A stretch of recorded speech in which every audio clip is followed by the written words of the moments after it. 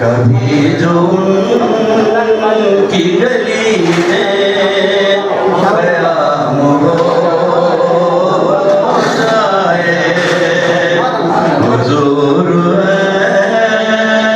ایسا کوئی انتظام ہو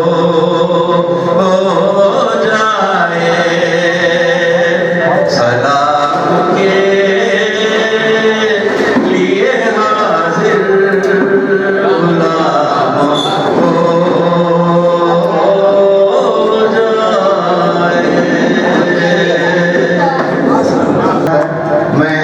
لیے اس جلسے کی صدارت کے لیے عالی جناب عزت مآب محترم المقام قابل احترام سید شاہ حسینی باشا شاہ میری صاحب سجادہ نشین آستانِ شاہ میریہ سے ادباً گزارش کرتا ہوں کہ وہ آئیں اور شاہ نشین پر تشریف فرمائیں. جناب سید شاہ حسینی باشا شاہ میری صاحب. اور اسی تسلسل کو قائم رکھتے ہوئے میں یہ چاہوں گا کہ علی جناب سید شاہ احمد پیر صاحب سجادہ نشین خانقاہ شاہ میریہ سے میں ادباً گزارش کرتا ہوں کہ وہ آئیں اور شاہ نشین پر تشریف فرمائیں. صاحب سجادہ کے ہر دل عزیز ساتھی علی جناب سید شاہ مظفر شاہ میری صاحب سابق vice chancellor Abdul Haq Urdu university سے میں ادباً گزارش کرتا ہوں کہ وہ آئیں اور اسٹیج کو رونق بخشیں.